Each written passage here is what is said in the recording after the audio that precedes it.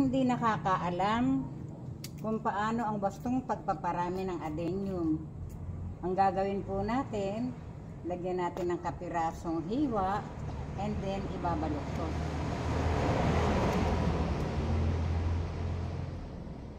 Hayaan po natin nakabaluktot at hayaang matuyo yung kanilang dugtungan.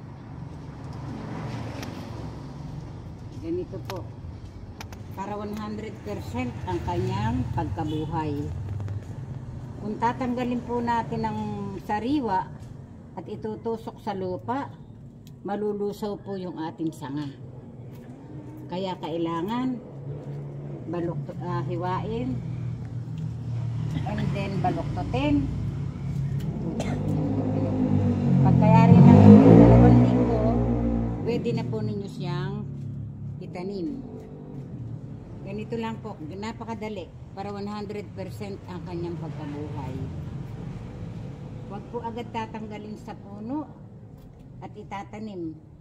Sayang lamang po, mabubulok ang inyong adenium.